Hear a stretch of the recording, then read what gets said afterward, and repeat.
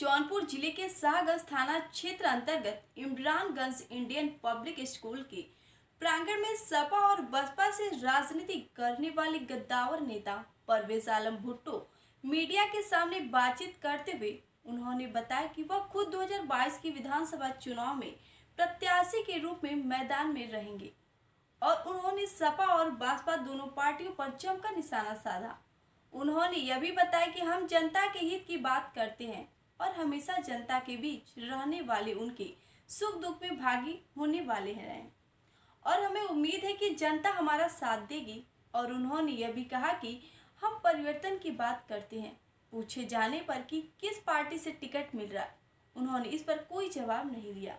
देखिए जौनपुर से राकेश कुमार शर्मा की रिपोर्ट। नुकसान फायदे का आकलन सभी पार्टियां कर रही हैं। दंगे का नुकसान उनको हुआ, अब किसानों का और दंगा भड़काने का और मॉब लिंचिंग के जो कंट्रोल नहीं हो पाया, ठीक है, इतना मैं मानता हूं कि माफिया खुलेआम जो घूमते थे, जो दहशत थी आवाम के बीच में, उसमें कमी आई। जो सच है वो स्वीकारना पड़ेगा, जो पिछली सरकार में नहीं था। इसमें थोड़ा देखने को मिला है, थोड़ा बहुत मिला है, लेकिन उस पर पहल हुई है। ऐसे मजबूती से पहल होना चाहिए। कुछ चीज़ें ठीक हुई है, कुछ चीज़ें बहुत भी ठीक हुई, लेकिन किसान बहुत परेशान है। किसान को लेकर सरकार को फैसला लेना चाहिए, किसान हित में लेना चाहिए। किसान देश का अन्नदाता है, किसान मजबूत तो देश मजबूत, मेरा ऐसा मानना है। महंगाई पर क्या कुछ कहना चाहेंगे आप? महंगाई तो गरीब गरीब हो रहा है, अमीर अमीर हो रहा है, पेट्रोल डीजल रोज बढ़ रहा है, ये आम जनता जानती है। खुली किताब, उस पर मेरा बोलना भी जरूरी नहीं है और बिना बोले सब लोग समझ रहे हैं, वो जनता तय करेगी। खोखले और बिल्कुल बेबुनियाद साबित हुए हैं, ये मैं नहीं कह रहा हूँ, ये आम जनता से आप आकलन कर लीजिए। इसलिए मैंने मन बनाया है और मैंने 20 सालों में जन सेवा से जुड़ी हुई शिक्षा संस्थान के माध्यम से 100 लोगों को रोजी रोजगार, अपने निजी व्यवस्था से, और सैकड़ों गांव के बच्चों को सम्मानजनक और व्यवस्थाजनक तरीके से मैंने भविष्य निर्माण के लिए शिक्षा का 2 प्लेटफॉर्म खोला है, जो मैं दिख रहा है और लोग विश्वास करके काम दे।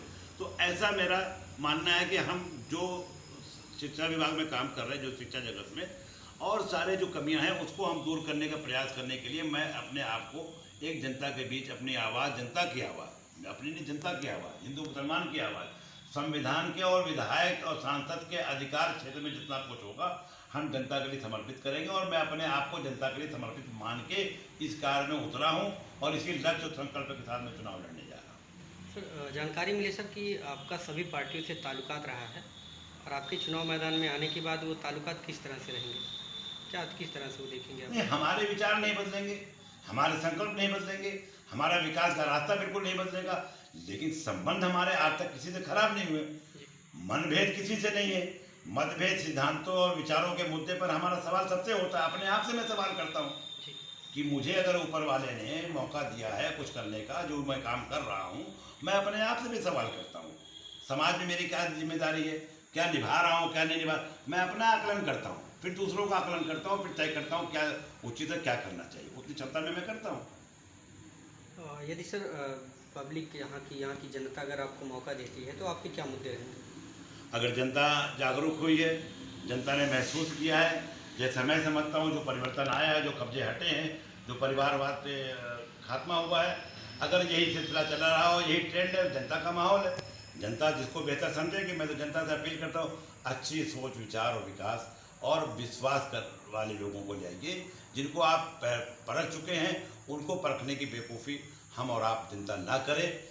ये हमारे हित में अच्छा होगा, शाहगंज विधानसभा के हित में अच्छा होगा, जनपद के लिए अच्छा होगा, प्रदेश के लिए अच्छा होगा। सर, ये पब्लिक किस तरह से इस बार चुनाव में देखती है, किस तरह से लोगों का रवैया रहेगा इस बार? क्या पब्लिक बदलाव करेगी इस बार? बिल्कुल बदलाव करेगी। जनता बदलाव के मूड में है, जनता बहुत उलझन में है, जनता बहुत बेचैन है और हर वर्ग के लोग, गरीब गरीब हो रहा, अमीर अमीर हो रहा है, बेरोजगार हो रहे हैं, शिक्षा पा करके लोग भटक रहे हैं, फार्म भर रहे हैं, कोई सुविधा नहीं मिल रही सरकार से, लोग परेशान हैं। अच्छे व्यक्ति विचार को लाना कि परिवर्तन और प्रयास आपका एक स्लोगन है, इसमें इस बार चुनाव भी हुआ, उसमें परिवर्तन भी हुआ, तो क्या कुछ बदला है यहाँ पर? बस जो परिवर्तन हम चाहते थे वो नहीं हुआ, और पूरा आश्वस्त हूँ कि इस बार वो परिवर्तन होगा ताकि बदलाव भी दिखे। ब्लॉक प्रमुख के चुनाव में आपने जो परिवर्तन की बात कही थी। नहीं, वो तो परिवर्तन के साथ साथ कब्जा और परिवारवाद से मुक्ति भी था। जी। मेरा मुख्य मुद्दा था परिवर्तन, परिवारवाद से कब्जा मुक्ति। वो उसमें जनता ने सहयोग किया और सबका समर्थन मिला, कब्जा हटा, परिवारवाद समाप्त हुआ ब्लॉक से। क्या कुछ परिवर्तन में देखने को मिला उनके द्वारा कुछ कार्य? परिवर्तन ये हुआ, जो समाज पूछा नहीं जाता था, खासतौर से मुसलमान समाज, आज पद उनके यहाँ रेवड़ियों की तरह बांटा जा रहा है इकट्ठा करके हैं। जो ब्लॉक हैसियत के नहीं है उनको जिला हैसियत का पद दिया जा रहा है, जो तहसील स्तर के नहीं है उनको गांव स्तर के नहीं उनको तहसील स्तर का दिया जा रहा है। लॉलीपॉप रेवड़ी की तरह जो है पद बांटे जा रहे हैं, सर्टिफिकेट बांटे जा रहे हैं। सर ये चीज़ आप अपने समाज को या अपने विधानसभा क्षेत्र को कह लीजिए, सभी को सपा और भाजपा दोनों पार्टियों से आगाह कर रहे हैं, इसका क्या मतलब? मैं जनता को सिर्फ बताना चाहता हूँ कि 4 साल की सत्ता रहती हुई बहुमत की सरकार, 225 सीट की सरकार 45 पर आई। कारण ये था कि पूरे प्रदेश में दंगा का आपने लंबी खासी फौज खड़ी कर दी कि गिनना मुश्किल हो जाएगा कितने दंगे हुए थे। एक कारण तो ये दंगा कराने वाली पार्टी घोषित हुई है समाजवादी पार्टी, और अब 4.5 साल में दंगा भड़काने वाली पार्टी है, माहौल बनाने वाली पार्टी। इसलिए मैं जनता को आगाह कर रहा हूँ कि दोनों पार्टियों से तीसरा विकल्प ढूंढिए। जिनको आजमा चुके उसको आजमाने की क्या जरूरत है? जी। जनता परिवर्तन लाती है, जनता परिवर्तन करेगी, प्रयास हम भी करेंगे। बार बार सर यही दो ही पार्टी जब देखा जाए तो कहीं बार बसपा तो कहीं सपा कहीं तो भाजपा, तो यही तीनों पार्टियां बार बार रिपीट जनता करती है और बार बार धोखा खाती है, तो ऐसे में क्या करना चाहिए उनको? नहीं, जनता जागरूक हुई है। आप देखिए, छोटा सा एक्सपेरिमेंट हुआ, 35 साल का कब्जा हटा है जी। तो 10 साल का कब्जा हटने में क्या मिनट लगेगा? और कब्जा हटता हुआ दिखाई पड़ रहा है आम जनमानस में। हिंदू, मुसलमान, यादव, ठाकुर, पंडित, सारे बिरादरी वर्ग, पूरा समाज त्रस्त है। सड़कें सही नहीं हुई, बिजली के तार जो लगे थे आज़ादी के बाद से आज तक वो तार बदली नहीं हुए हैं। करोड़ों रुपया बिजली के तार के नाम पे खाया गया, लेकिन लगाया कुछ नहीं गया। आप पता कर लीजिए अटके से निकाल के कितनी बार तार बदली हुआ, मुझे बताने का कष्ट करिए, लिस्ट जारी करिए कि आपने कितने विकास किए, कितनी निधि कहाँ कहाँ किए। सिर्फ बोर्ड लगाने से और बोर्ड चमकीला लगाने से मैं नहीं समझता कि सड़कें सही हो गई है। और मैं नहीं कह रहा हूँ, जनता देख रही, जनता रोज चलती है। बिजली की हालत देख लीजिए, आपकी सरकार थी, आप मंत्री थे, तो आपने 100 बेड का हॉस्पिटल का शिलान्यास क्यों नहीं किया?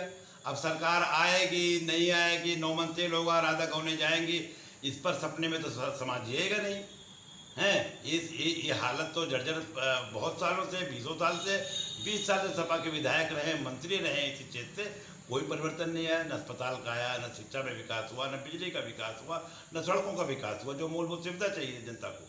आप बता दीजिए, जनता बताइए। सर लेकिन भाजपा के लोग तो कहते हैं कि हम बिजली भी दे रहे हैं और सड़कें भी चमाचम हो चुकी हैं। नहीं, देखिए, सड़कों में गड्ढा मुद का जो काम हुआ है कहीं ना कहीं दिखा है, लेकिन बिजली की व्यवस्था बेहतर हुई है, इससे हम इनकार नहीं करते। लेकिन जो होनी चाहिए थी, जो हमारे क्षेत्र के उस विभाग के मंत्री थे, जितने तारों का परिवर्तन, तारों का बदलाव होना चाहिए था। हमारे बाजार ले लीजिए, रोड तार टूटते हैं, शाहगंज से लेकर के भादी फीडर पे ले लीजिए, और अब किसी विधायक मंत्री के यहाँ बिजली 24 घंटा रहे, वो सुविधाजनक, वो अपने को मान ले कि नहीं बिजली 24 घंटा रहती है। जनता और गांव ग्रामीण में किसान को कितनी बिजली मिलती है, उस पर आकलन करना चाहिए। स्वास्थ्य को लेकर सबसे बड़ी समस्या आज समाज में है, और वहीं स्वास्थ्य विभाग इसके प्रति बिल्कुल लापरवाह है। इस पर आप क्या कहना चाहेंगे? ये तो मैं वो पार्टी भी और ये पार्टी भी, दोनों जिसका नाम मैं ले रहा हूँ, दोनों डिफॉल्टर साबित हुई है। शाहगंज के महिला अस्पताल ले लीजिए, चाहे ये अस्पताल ले लीजिए, कोटहान पे ले लीजिए, किसी क्षेत्र में ले लीजिए ब्लॉक, सारे अस्पतालों की हालत जर्जर होती जा रही। कोई एक पैसे का काम, और पूरे तरह से डॉक्टर भी अवेलेबल नहीं है। तो 10 साल का उनके हिस्सेदारी में था, 5 साल इनके हिस्सेदारी में। लेकिन विधायक भी अगर प्रयास करता तो ये सारी निधि बहुत पहले दे करके उसकी बाउंड्री, उसकी कुछ न कुछ सुविधाजनक हो जाता। ये ऐसा नहीं हुआ। अब हो रहा है क्योंकि चुनाव साल पे है, चुनाव ना आता तो अभी भी कुछ ना होता। सर बीच में भाजपा के कार्यकर्ता और पदाधिकारियों ने हॉस्पिटल को गोद लिया था, एक भी ऐसा हॉस्पिटल नहीं बचा जहाँ पर चिन्हित ना किया गया हो, लेकिन कभी भी कोई भी गोद लिया हुआ पदाधिकारी वहाँ ना कभी दिखा और ना कोई सुविधा दिया। ठीक है, अगर उन्होंने गोद लिया था और वो अपनी जिम्मेदारी नहीं पूरी की है तो जनता का अस्पताल तो जनता का है। गोद लिया था माने जनता की सुविधा के लिए, जनता गोद से उतार देगी। तो सर ये कह रहे थे कि जैसे कि आप पार्टियों के विचारों को लेकर के उनके जो चुनाव लड़ते थे प्रत्याशी थे उनका आपने हमेशा सपोर्ट किया होगा। आपने ये कहा कि जो अच्छे हैं उनका सपोर्ट किया जा रहा है। इस बार आप भी चुनाव में मैदान में आ रहे हैं, तो क्या आपके मुद्दे क्या रहेंगे? क्या वो अपने कार्य पर खरे नहीं उतरे जिसकी वजह से आपको अब मैदान में आना पड़ रहा है? बिल्कुल यही बात है कि जिन लोगों पे भरोसा करके पिछले 40 साल से जी। हम लोगों ने आंख बंद करके विश्वास किया, एक बार नहीं, 2 बार नहीं, बार